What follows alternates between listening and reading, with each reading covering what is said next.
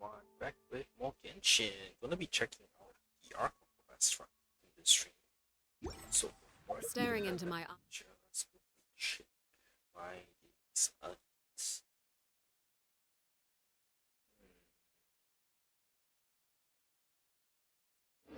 eyes is ill-advised.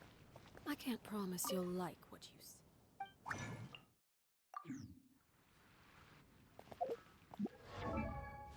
Alerts was high leveling.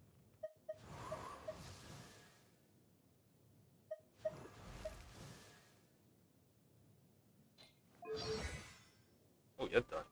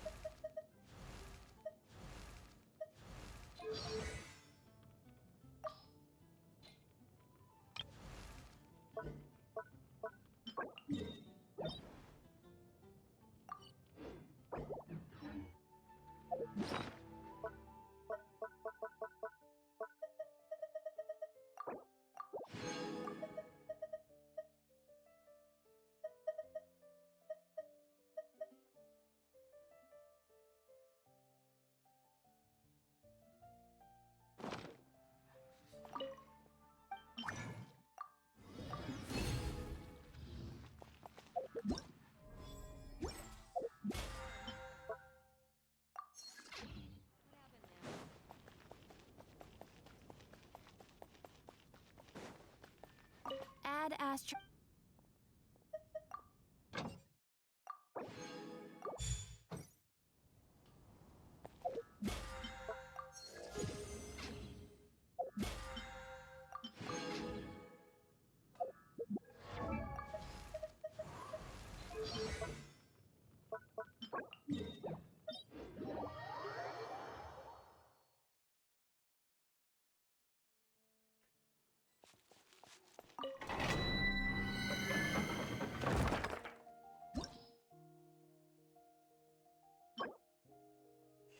Philosophy of conflict, which is double check the movement.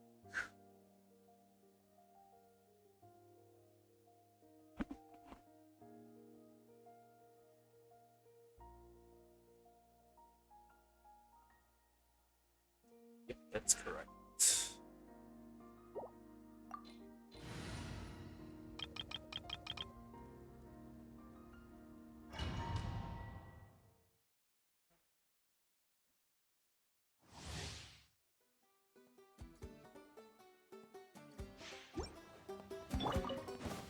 Shine down.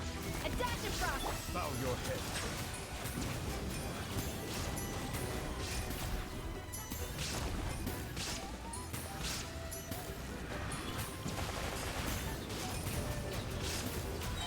Silence!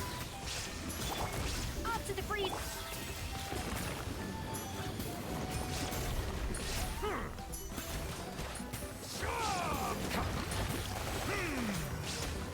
Settle down! What?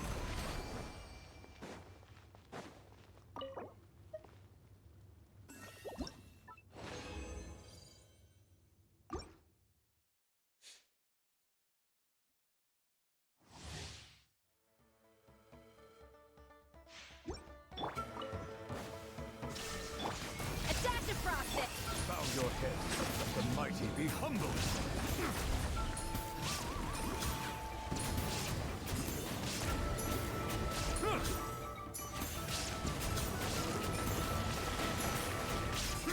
Settle down! There is no escape.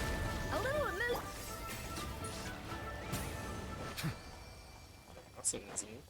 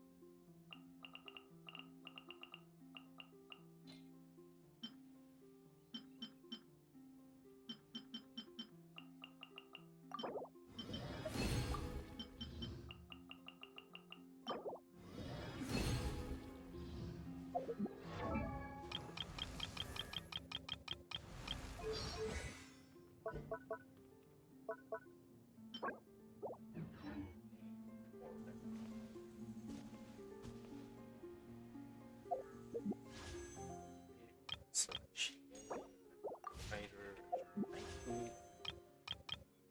ooh, I can. Yep, they're getting. Guns, jump it.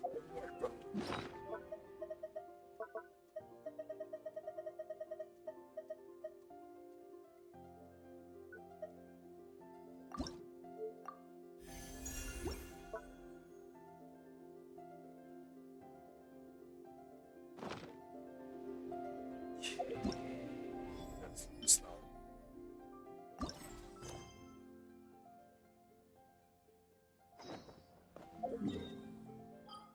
Wait, I forgot travel sales. Pizza.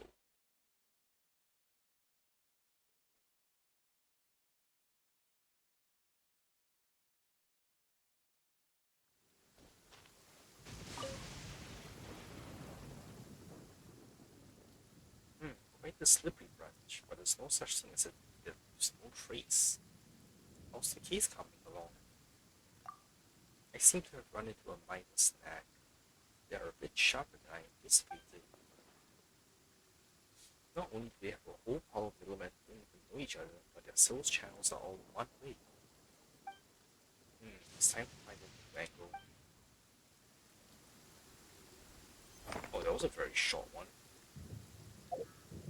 Okay then.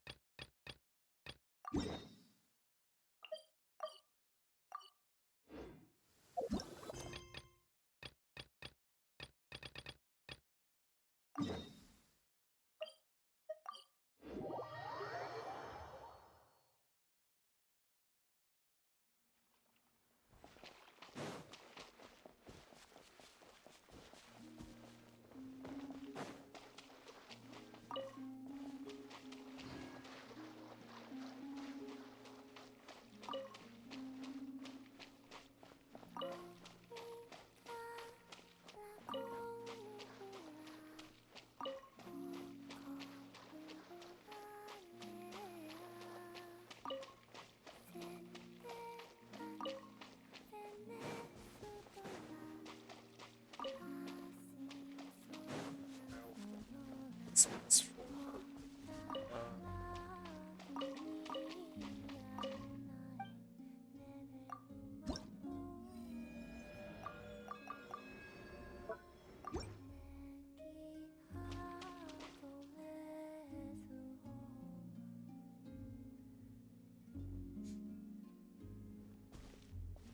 Hey, she's sitting up! Is me sitting here a rare sight? No, we just thought you'd be resting. Perhaps I would have been, I were it always, not for the sudden arrival yeah, of some I'm always shocked unexpected whenever guests. the traveler speaks. Not that I consider it a disturbance. After all, you are the only ones who are free to enter. Would it not be a little unfriendly of me to lie down while we speak? I didn't realize you put so much thought into little things like that.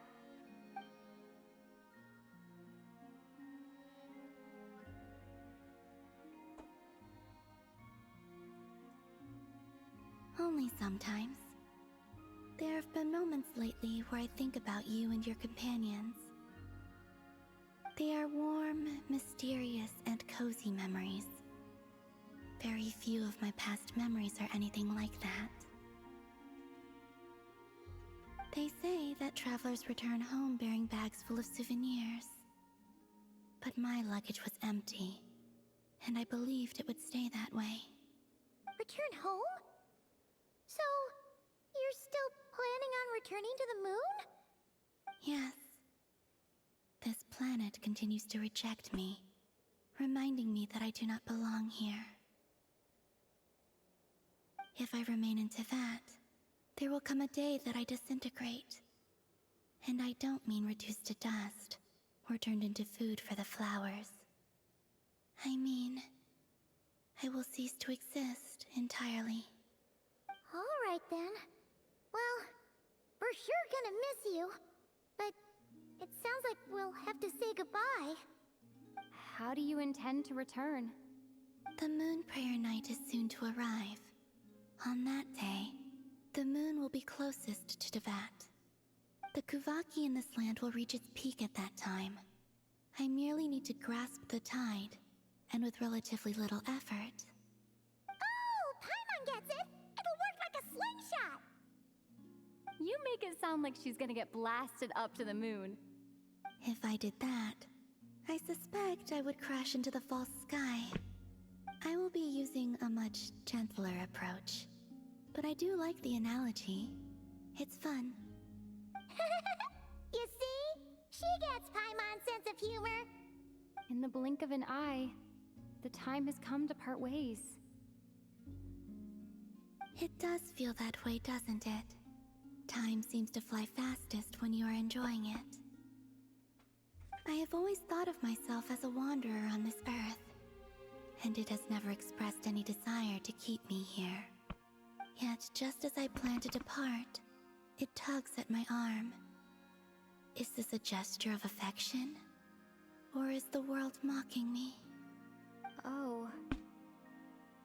Were you hoping I can answer that? Yes, you are a traveler, so you must have a lot of experience in this area. Then, what I would say is, enjoy the moment. That's right! Don't overthink it! Happiness is happiness and joy is joy! The point is to enjoy it, not analyze it! I see. Then what I would say is, even though I am very tired right now, I am still happy. I can't tell from the tone of your voice. Oh, really? You don't think I sound happy? I'm just kidding. I could tell you were in a good mood today from the moment we saw you. Ah, a joke. Albeit not a funny one. Anyway, I assume you're here about you-know-what. Give me your hand. Actually, it's not that. There's something else we wanted to discuss with you. Oh. Then, do you still want to give me your hand? Or not? Sure. Funny. Thank you. So, I've heard that in the Moon Prayer Nights of the past, people here would hold celebrations in the Moon Goddess's honor. Since you helped so much in our fight against the Rehir of Solnari, I think you deserve a farewell party before you return home. I haven't asked everyone else for their opinions on this yet, but I'd like to invite you to join the upcoming Moon Prayer Night. I've never joined a Moon Prayer Night before. I'm not sure what I would even do. Oh, don't worry about that! We take care of everything! All you need to do is show up. Of course, there's no need to force it if you're not feeling strong enough. It's just, this kind of felt like a golden opportunity. But they call me Kutar, and the Fatui have an arrest warrant out for me. I shouldn't appear in public right now.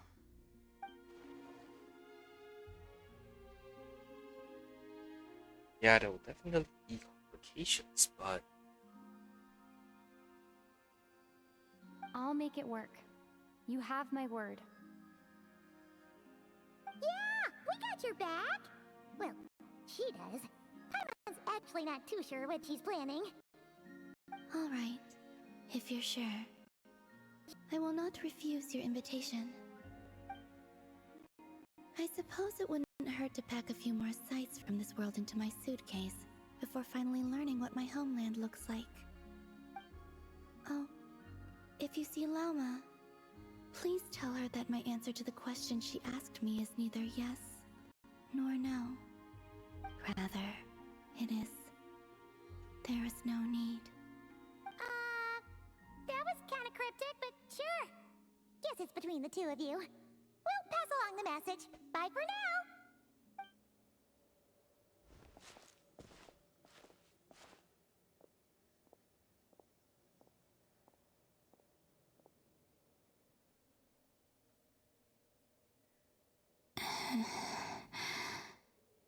And also, I do not know.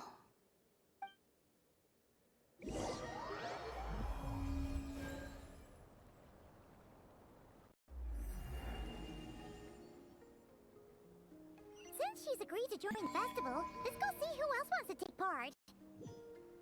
Lama's gotta be the person most familiar with the Moon Prayer Night. We should start with her. Also, what exactly is your plan to keep her safe? Oh, why are you sounding Not so sure laggy? yet. I'll figure something out. What? Are you serious? And Paimon even gave you her vote of confidence back there. When did you become so sneaky?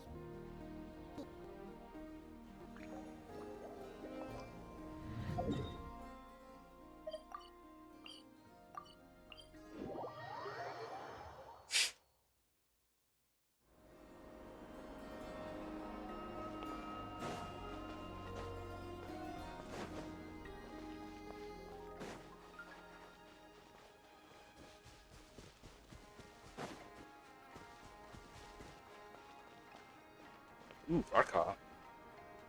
Hey, Llama! It's us! Huh? Varka? What are you doing here?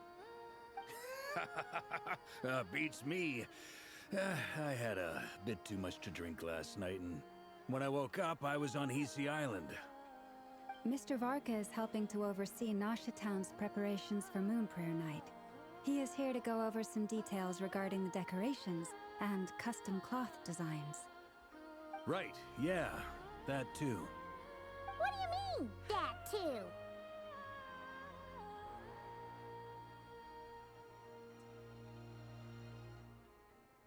So preparations are already underway. Yes, celebrating this festival is a long-held tradition here in Nodcry. On this day, the crescent moon at the top branches of the verdant crest turns into a full moon, and the moon prayer blossoms bloom with a special radiance. Our people take these to be blessed omens. It's an especially welcome event coming off the back of all that nasty business with Rare. Everyone got put through the ringer recently, and now they're looking to turn their fortunes around. The big shots in town all agree that a big, lively celebration is just what we need to rebuild people's faith in this place. No wonder Catherine said that people weren't so bothered about the religious element. That's right. It's become more of a local custom by this point. The celebrations have little to do with whether the religious stories behind this event are true or not. Even the Frost Moon Scions are eagerly awaiting the coming of Moon Prayer Night, despite now knowing that their past beliefs were founded on a falsehood. That's fair. It's a bit like the Lantern Ride in Liyue.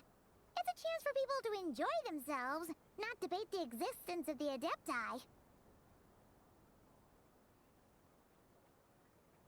Although in their case, the Adepti definitely do exist. We've met plenty of them in our time.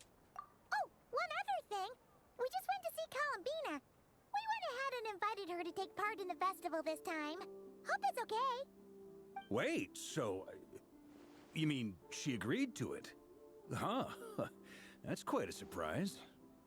Then, I suppose that she intends to return to the moon on that day. Oh, yeah. It's kind of a complicated process, but basically, it's like a slingshot. She probably shouldn't have endorsed your metaphor. I understand. In truth, I had a feeling that she might make such a decision.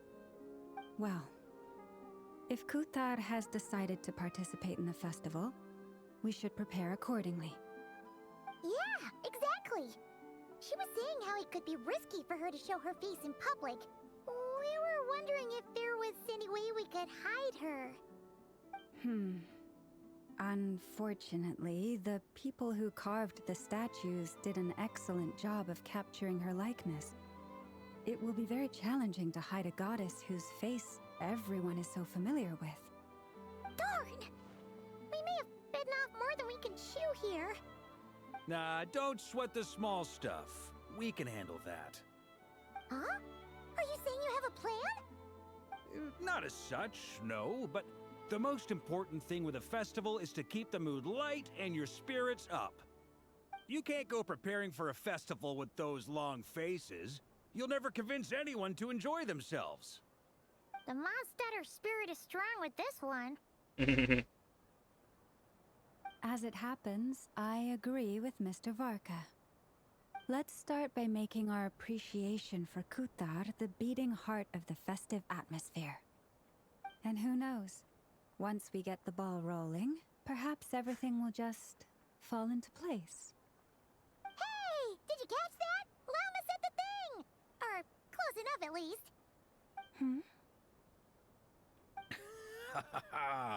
I'm looking forward to the Moon Prayer Night already. We have a festival in Mondstadt called Windbloom, and you can always tell which couples are celebrating it for their first time by the smiles on their faces. Big, beaming smiles like their whole face is glowing. And I have a feeling we'll get to see that same smile on the Moon Goddess's face at this festival. Not quite the same, surely.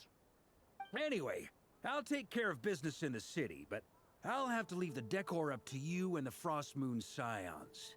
No one else can capture that traditional aesthetic quite like you guys. But lastly, there's the final key element that brings the festival to life. Companionship. We'll take care of that part. Before you leave, let me show you something that we've been preparing. Mr. Varka had asked to see it already, so you may as well tag along. Also, I have some further questions about Kutar's decision.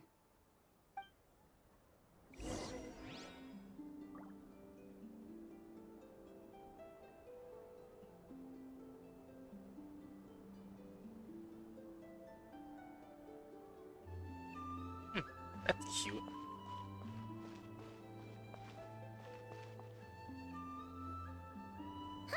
What's this?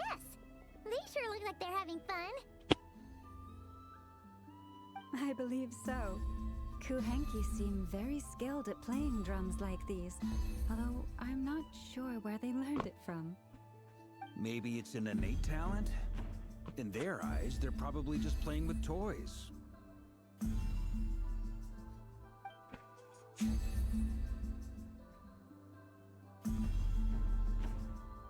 Luanatar!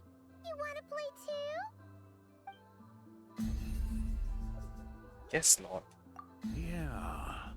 She looks more confused than anything. Maybe we can teach her next time if we get the chance.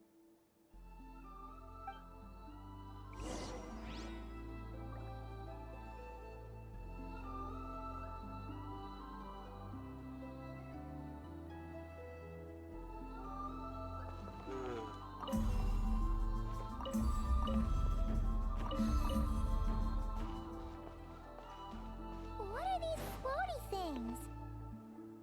Moon veils.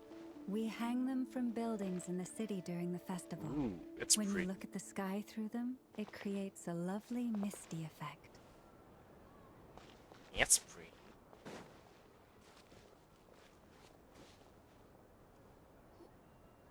Everyone seems hard at work. They are preparing items for Moon Prayer Night.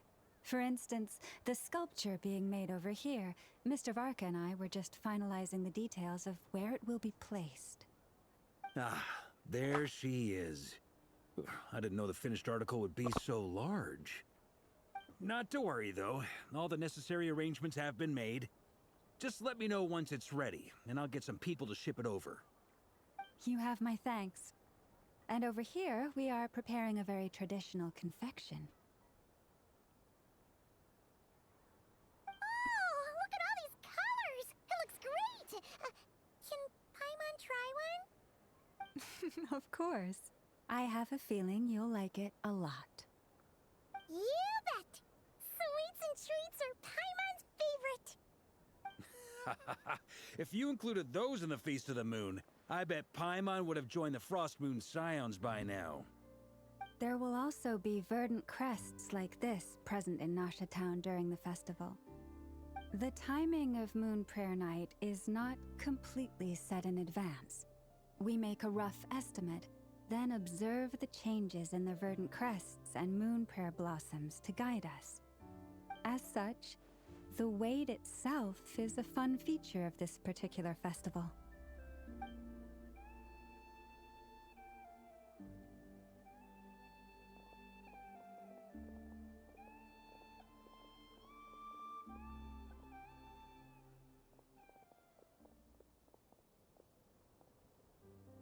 Let's talk here.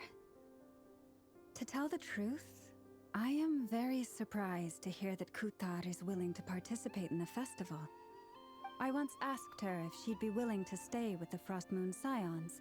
I could introduce her to everyone, and we could be a family to one another. She did not answer, but she has not appeared here since. I took this to mean her answer was no, but if that were the case, she would not have accepted this invitation. Speaking of actions, she asked me to pass along a message. There is no need. Ah. I see. Maybe she is right.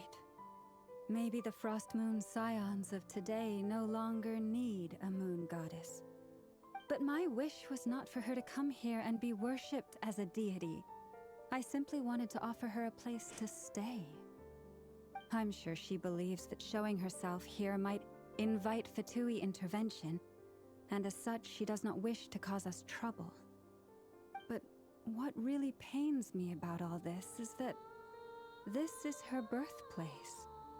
She ought to belong here, yet no one has been able to grant her shelter. I think I'm qualified to weigh in here. When someone's about to depart on a long trip, what they need is blessings, not burdens. We should wish her the best, not make the journey harder than it already is. Anyway, she's agreed to attend, hasn't she? All we need to do is simply respect her decision. I see your point. Yes, she will soon depart after all. Our job is to leave her with some happy memories. Besides, who's to say her journey to the moon is a one-way trip?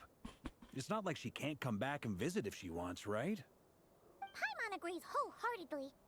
Festivals are all about having fun, so let's keep it simple. All right, I'm gonna head back to Nasha Town soon.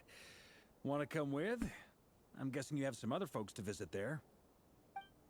Sure thing, let's go! Bye for now, Wilma! Thank you all. Goodbye.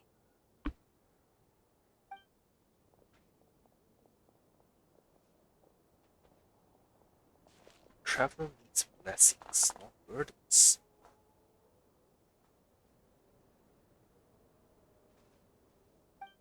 It sounds good in principles, but will blessings alone be enough for Columbina?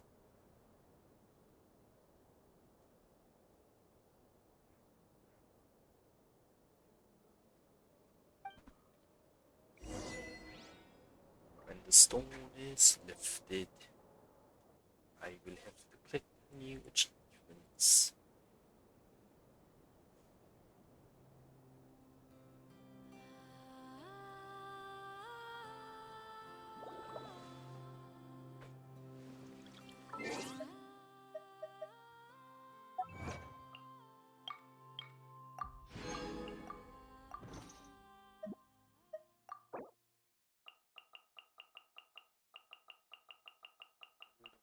Exclamation marks as well.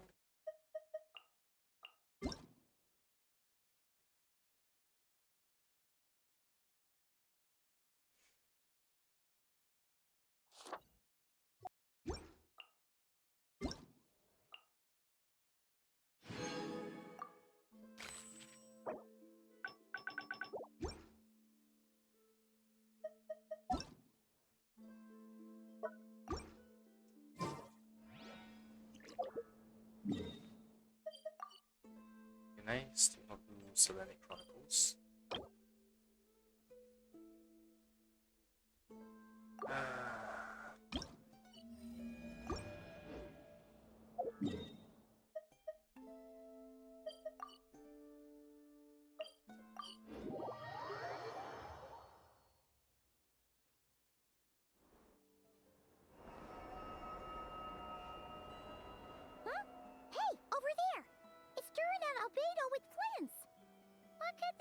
chatting about?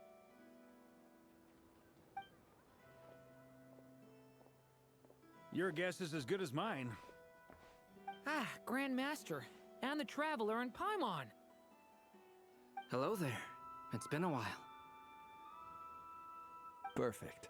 We have some new volunteers for our investigation. Sorry, what investigation? Wait, let me guess.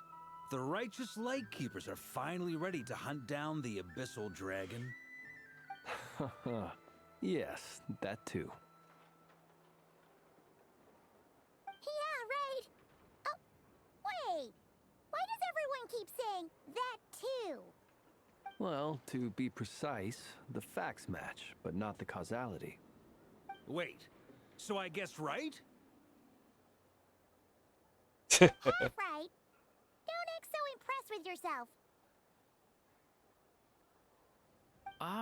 Maybe I can explain. We ran into Mr. Flint's north of This is Nocturne. nice of him when he's surviving far. At that time, we just noticed a few abyssal creatures out in the wild, but the strange thing was, I didn't detect any traces of abyssal energy on them at all. On closer inspection, we realized that they were not real monsters, but something akin to reflections in the water, or perhaps a mirage. Huh? What do you mean? Like, you could see them but not touch them? Exactly. It was very peculiar. They roared and tried to attack us, but we could not make any physical contact with them. I think I've heard of things like that happening in Nocturne before, but I don't know much about it. Yes, it's a known phenomenon. Mirage-like illusions tend to appear in Nocturne in the run-up to Moonprayer Night. From a distance, they appear quite real. I myself thought that Misters Durin and Albedo were locked in battle with abyssal monsters when I first arrived.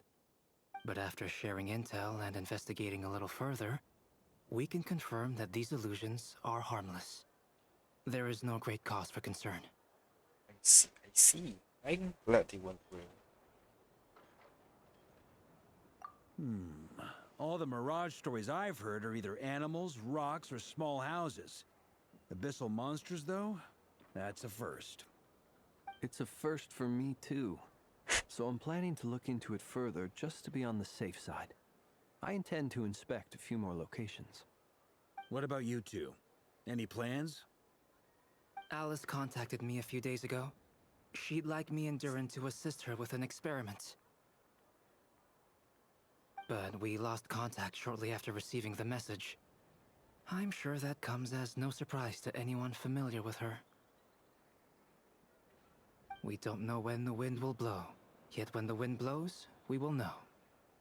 That, in a nutshell, describes how Alice operates. Yeah, that tracks. Okay. Well, I suggest we investigate this Mirage business in the meantime. It's piqued my curiosity, and I'm pretty sure I know someone who will already be 10 steps ahead of us. Well said. Right? Whatever's happening in Nocturne, she always seems to be the first one to know. Let's go see what she knows. We can invite her and her staff to the festival while we're at it. Oh, never. That's a sound effect. That was interesting. Let's run. I'm bored.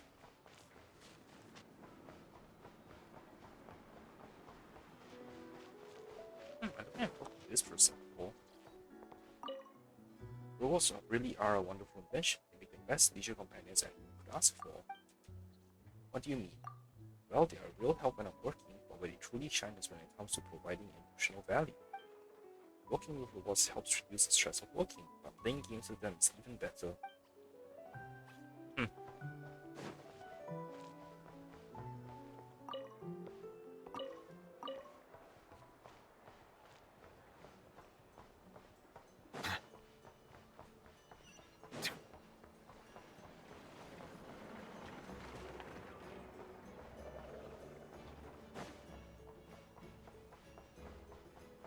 There's a cool hanky there.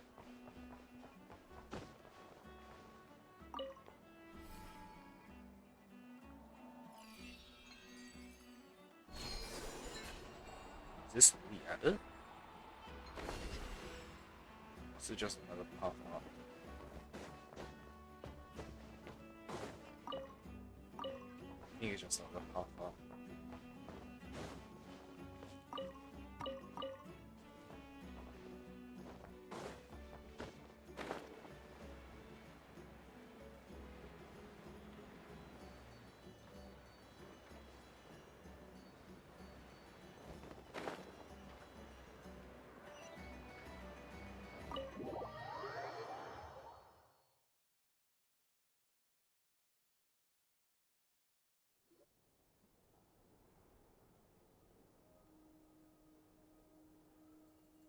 You're right, I have noticed.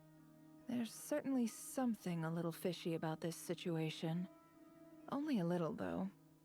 Records indicate that this phenomenon can occur in the days before and following Moon Prayer Night. That said, it has always been a rare sight in the past. The odds of encountering these phantoms are similar to looking up in the night sky, happening to see a shooting star, and managing to make a wish before it disappears. But this time, either everyone's getting lucky, or they're appearing far more frequently than usual. Yehoda's out gathering intel as we speak. In the meantime, let me check off some points of interest. First, the Abyss. The ones we saw seem to be abyssal monsters. Indeed. But we have identified one location where many more of them have made an appearance. And not just monsters, but human phantoms too. Given the scale and nature of the phantoms, it's almost as if someone's last memories are coming to life. Or perhaps the memories of multiple people. Oh. So you mean the phantom monsters are hunting down the phantom humans? Exactly. The phantoms can interact with each other, but we have no means of intervening. In addition, some of the human phantoms would seem to be from the very distant past. This is clear both from the clothing they wear and the stories they tell. They claim to be from Hyperborea, a name which I've heard from Lauma before. If this is true, it means they must be from 6,000 years ago. Did Paimon hear that right? 6,000 years? It sounds like this merits further exploration. That'd be a big help. I'll leave it with you, Albedo. My knowledge of ancient history is non-existent. I used to doze off every time the pre-Knights of Favonius era came up in class. It's quite a miracle that you were able to understand these phantoms' speech, given how long ago they lived. I suppose you're right. But I'll leave the archaeologists to ruminate over that conundrum. As an intelligence broker, my sole interest is in the value of the information I gather. Which, in this case, hopefully means earning myself some good favor with our dear Lady Moonchanter. So calculating. Whew, this intel broker logic always catches Paimon by surprise. Sounds to me like we could split the work up. I think the abyssal phenomenon is best left to Albedo, Flints, and me. Agreed. It coincides with my duty as a lightkeeper. For my part, I'd like to understand the abyss better. Even a little knowledge would go a long way. This is certainly a rare opportunity to study the Abyss. But even rarer, perhaps, is the chance to make contact with the Ancients. The Curatorium will take the lead on investigating the Hyperboreans. We put in the work to learn what we know so far. It seems only fair that we get some quantity of exclusive intel. That just leaves our trusty team of 2 unassigned. Seems like it, yeah? Since you became an honorary knight, of course. Wait, sorry. This was part of my grand plan all along. Damn it, so the other option was... By the way, We managed to convince Columbina to come to the Moon Prayer Night celebrations. Would you and Yehoda like to join too? She agreed to that? Huh. Quite an achievement. Never underestimate the traveler, I guess. I'd be happy to join. No point shutting myself inside when the streets are all decked out. I doubt any clients will be visiting during the festival in any case. And Yehoda loves a party, so I'm sure she'll jump at the opportunity. No, no, no, no, no, no, no, no, no, no! Way to contradict me in front of... Wait, no, that's not what I have bad news, boss. So many people. All right, everyone inside, quick! Holy shit, there's a fast run. This is gonna sound crazy, but hear me out. I saw one of those phantoms at Star Sand Shoal, and it was some sort of flying ship. Like a spaceship? Spaceship at Star Stands Shoal. That's gotta be the one you came to Tibet in. You said you saw the same thing through the moon marrow, right? Huh? You already know about it? Ugh, I thought I was gonna blow people's minds. Turns out I'm the last to find out. Wait, back up. You came here in a spaceship? Now my mind is blown! What's it like on the inside? Was it like flying through space? I want to know everything! But maybe that's a conversation for next time. This is still a huge discovery on your part. Yep, exactly. Huge discovery. You're the best, second best intel broker in the world. After your boss, of course. Wow. Really? Well, I don't know if I'm all that, but... I guess that decides where we're heading next. Come on, don't look at me like that. I know the spaceship doesn't have anything to do with me, but you don't want to leave me as the only one twiddling my thumbs, do you? Lol. Fair enough. You can tag along. Oh, In that case, let's meet back here to discuss our findings once we're done. I wish everyone a productive investigation. You too.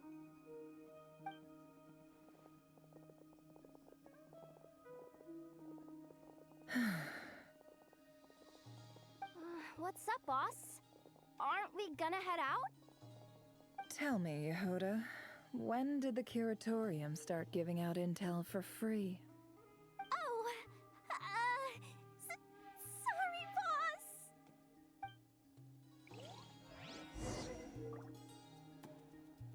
Yeah, I was just thinking that as well. Yehoda gave very valuable intel out for free. Huh. Let's finish this.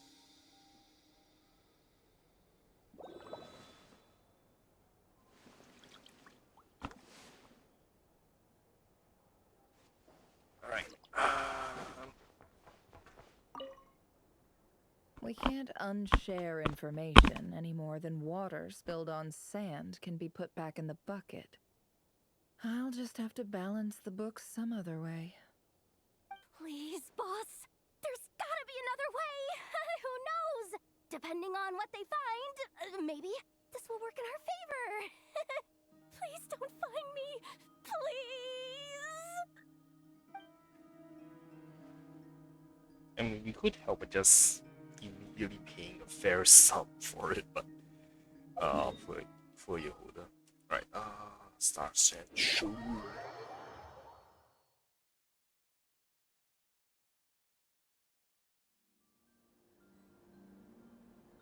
Is that why the spaceship appeared transparent? Because it's a mirage thingy?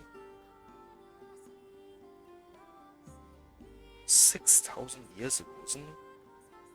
That's way before most of the events that we've seen in dreams and stuff. Like Canvia's 500 years ago.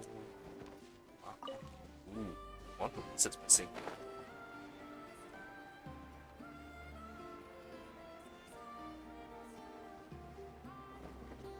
Oh shit, hope it doesn't die.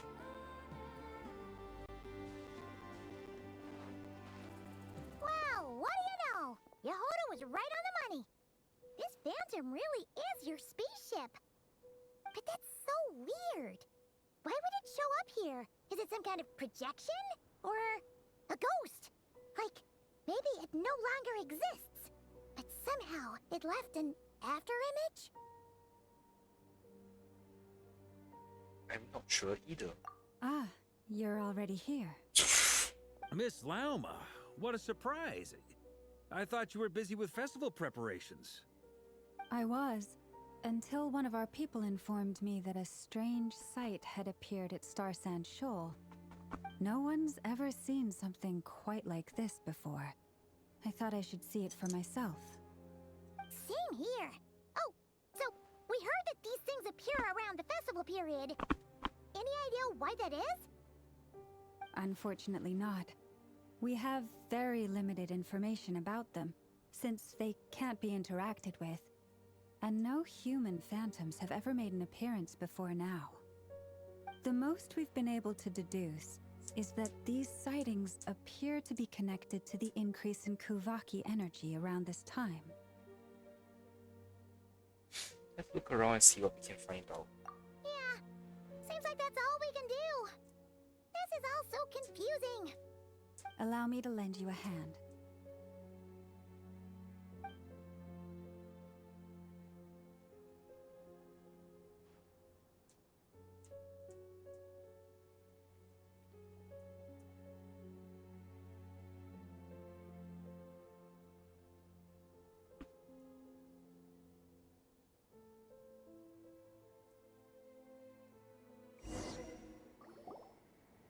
Everyone, our friend here should be able to provide us with some information.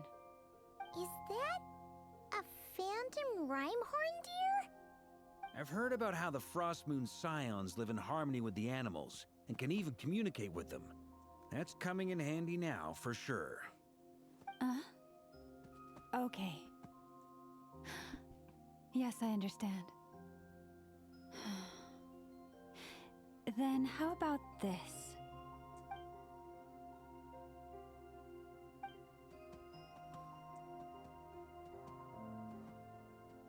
Oh, it's leaving.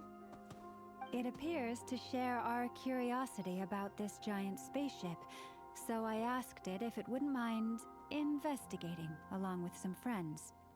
In return, I told it about some nearby spots where the wild fruit grows abundantly.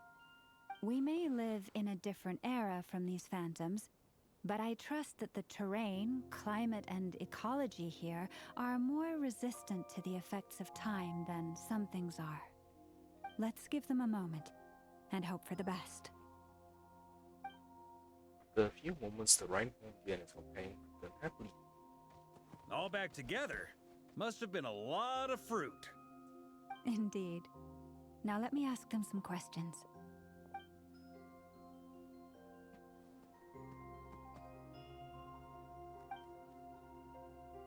It did find a lot of wild fruit, enough for them to feast for a long while. This puffin circled in the air several times, but didn't spot anything out of the ordinary. Certainly nothing to do with the spaceship. Huh. Well, it definitely makes sense to get a bird's eye view. Indeed.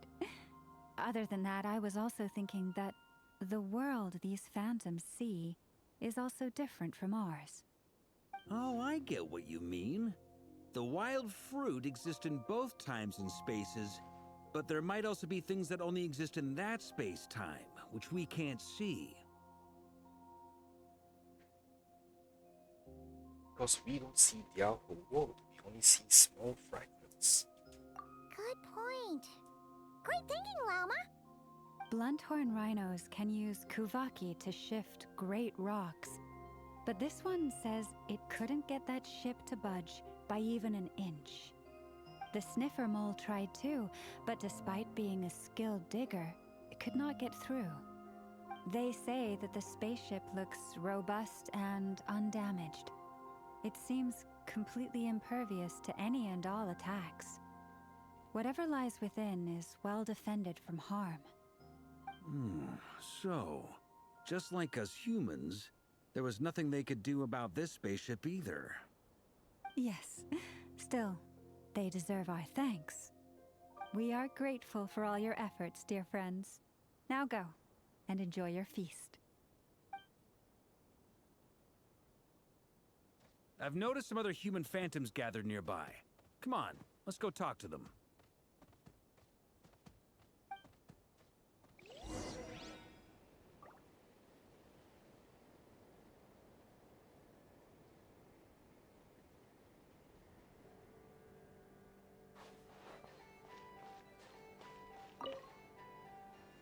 Those illusions and those people. It's all a little creepy, don't you think? Nah, all part of the festive atmosphere.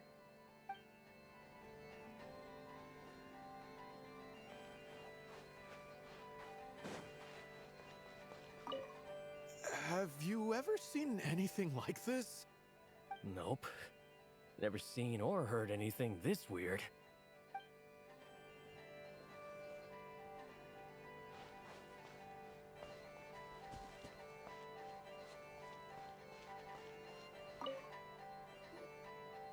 What is this thing?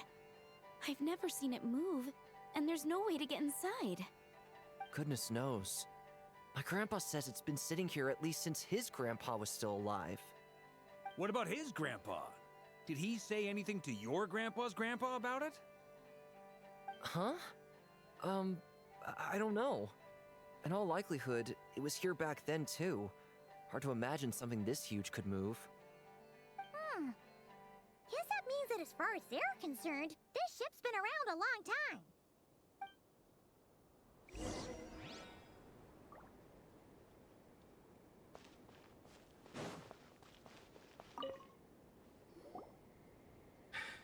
Come on, brothers. If we can get even a small chunk off of this thing, it's gotta be worth a fortune. Today is the day we strike it rich. Huh? You mean Paimon? Yes, brother, I shall join you. Let's make our fortune. We should go with them. What the? This thing is crazy tough. I can't even scratch it. What's it made of?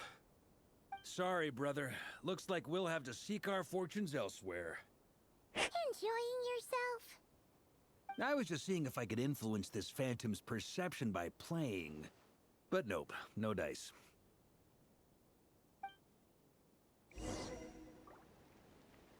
I'm sure we're all starting to build up an idea of what's going on here now that we've spoken to some of the people. These phantoms are reenacting real historical events in Nodcry. It's almost like we're in some kind of interactive stage play. We can talk to the actors, but the plot is fixed, and we can't influence it. It makes sense. History is set in stone. The objective facts of the past cannot be changed. Paimon totally thought you were just goofing around earlier. But actually, you were doing some serious investigating. Of course I was. Anyway, at this point, I think we're forced to conclude that although the Phantom spaceship is right there in front of us, we aren't going to learn much about it from these people. If only this showed the moment when my brother was searching for me, maybe then I could have discovered why he wasn't in the spaceship. Or if it showed the moment when it disappeared, I might have found out who was piloting it and where they were heading. No such luck. All these things an arbitrary moment in time to long stay here. Don't be discouraged. If nothing else, this is proof of the ship's existence. And think about it. So many people tried to hack their way inside, but no one could get the door open. It's made of very tough material. To me, that says that we'll either find the ship itself or the story behind it. It's just a matter of time. Thanks, Varka. Huh. Every now and then, when Varka gets serious, he actually does seem like Grandmaster material for once. I wonder how the others are doing. Let's head back for now. Sounds good. Also, drinks are on me if Team Knights of Favonius is the first to finish. team name now? Am I in Team Knights of Favonius as well? You're very welcome to join. We've even got a cathedral ready for you. Isn't that technically blasphemy? I wouldn't dare make a joke like that if Barbados was in earshot. Nah, I'm sure Barbados doesn't mind a little harmless blasphemy once in a while.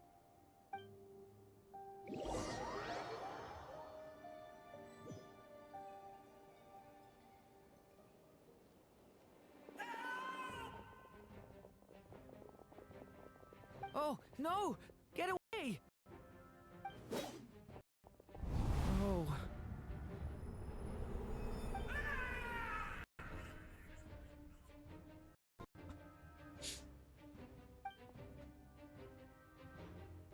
I know it's hard to stomach, Mr. Durin.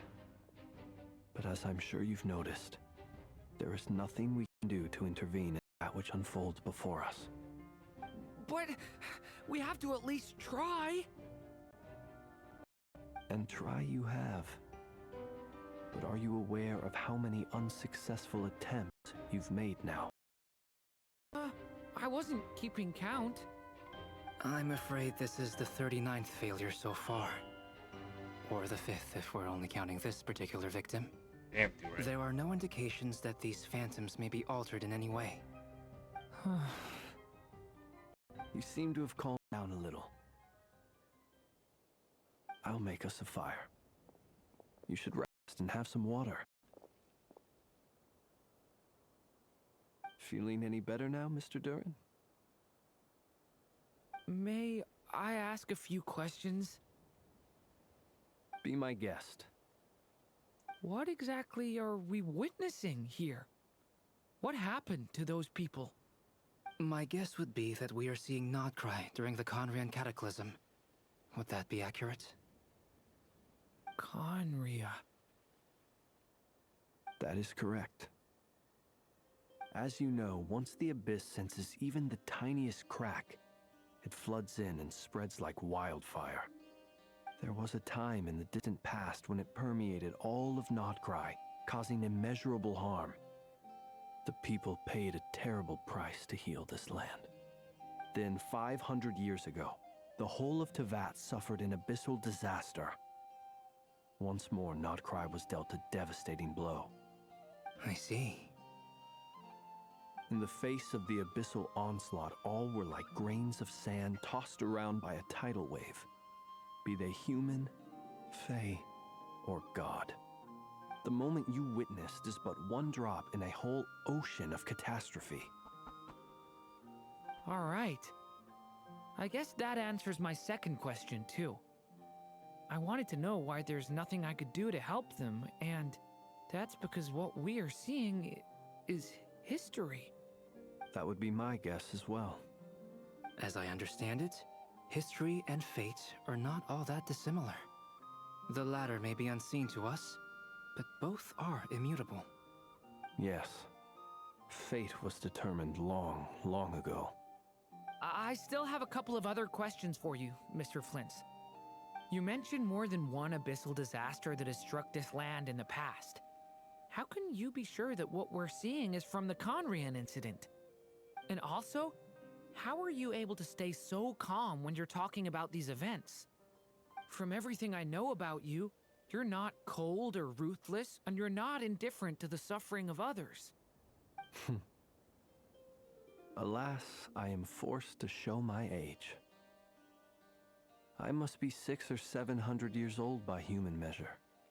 Wait, so you...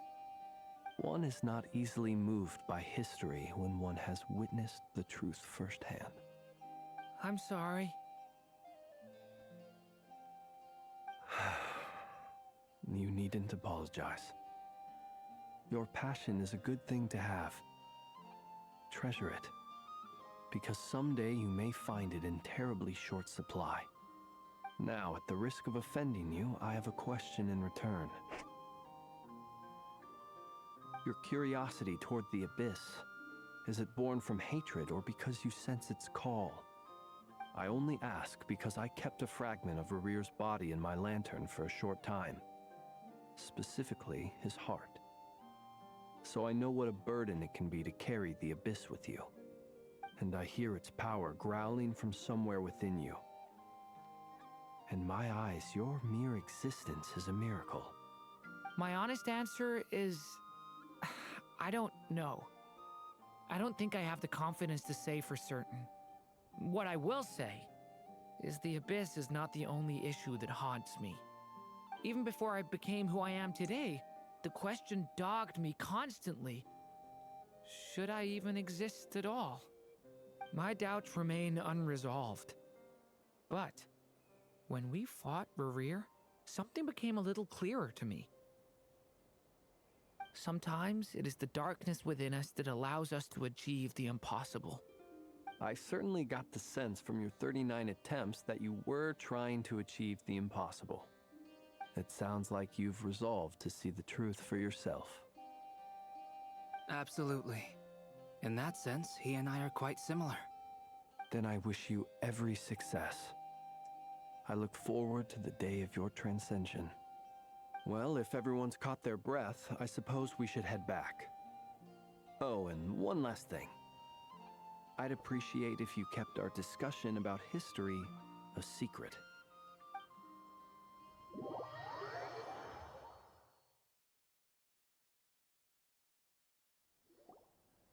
Incredibly, our separate investigations led us all to the same conclusion. Hooray for consensus! Yeah, but we barely learned anything, though. I totally thought this would be the mother lode. Talking with the ancients? I mean, come on! But nope. All we got was useless snippets of conversation. And all this stuff about moons and hyperopia. What a load of baloney. Seems like people back then had a few screws loose. I understand your frustration. We found the same issue. Each phantom only showed a very brief moment in time. There isn't much value to be found in these miscellaneous fragments of a civilization's history, no matter how glorious it may have been. If there's a silver lining, it's that these phantoms are harmless to the present reality. They shouldn't get in the way of the festivities. Paimon agrees. And not just because it's the first thing she understood in this whole conversation. You look disappointed, Nefer. Is something the matter? What do you think? We all worked our tails off, but the only one to gain anything from it was you, Lady Moonjanter. Well, please do share the Hyperborean records with me. I will gladly inscribe them in our people's documents. Oh, duh! Yeah! That was it! Hyperborea! Hyperborea. I'm serious. Only an expert in the Frostmoon Scions and their history can turn these records into valuable research material. The alternative is to let them gather dust on the Curatorium's storage shelves until the pages turn yellow. Nefer, you're wise enough to know that cooperating and sharing the profits is the best course of action here. Well, that goes without saying. Sure, let's do that. Huh? But didn't you say we aren't supposed to give out intel for free? Sorry. Shutting up. Now is not a good time to push Nefer's buttons. Anyway, back to Moon Prayer Night. I'm thinking that we should prepare something a little special, aside from the usual decorations and so on. You mean a parting gift? Can't go wrong with food. Although, does food go bad on the moon? Perhaps a lantern would be a better choice. It might be dark up there. It could prove difficult to light a lantern on the moon. Magical stones might serve that purpose better. What about a clockwork mecha model from Fontaine? I've got a whole bunch at home. I use them for fighting practice in my free time. None of these sound like things she would be even remotely interested in. But we don't interact with her enough to know what she likes. Yeah. It would really save us the guesswork if someone could find out what she's into. Yeah, obviously. Traveler? They're all looking at you. Oh, hi, Feng Xiao. I've never noticed the battle being played by travelers long. I'm not sure what you mean by that, but I mean, almost every single piece of dialogue or conversation in Genshin doesn't have the traveler speaking out. So it's more like traveler usually doesn't speak. So, okay, I got it. I'll find a chance to ask her. Great! Haha, problem solved. Now, I need to stop by Dory's. Gonna need her help sourcing a bunch of stuff for the festival. Then let's leave it there for now. We all have our own business to attend to. Traveler, if you find out what Kutar likes, let us know right away. Gotcha.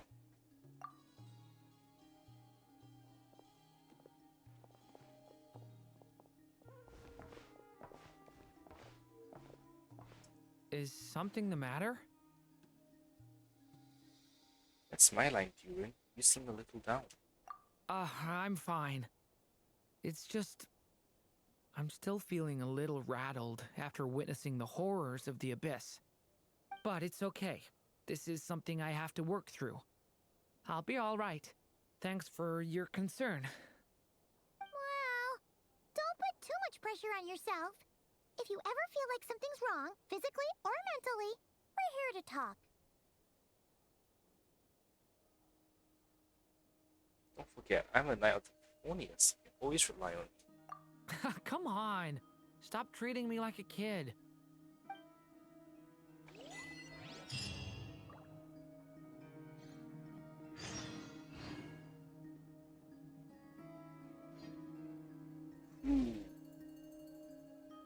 So, I think I'm gonna end my stream here because it's getting pretty late. So, thanks for watching, everyone. Next time, I will hop in and figure out what to get for calling this gift. See you all next time. Bye.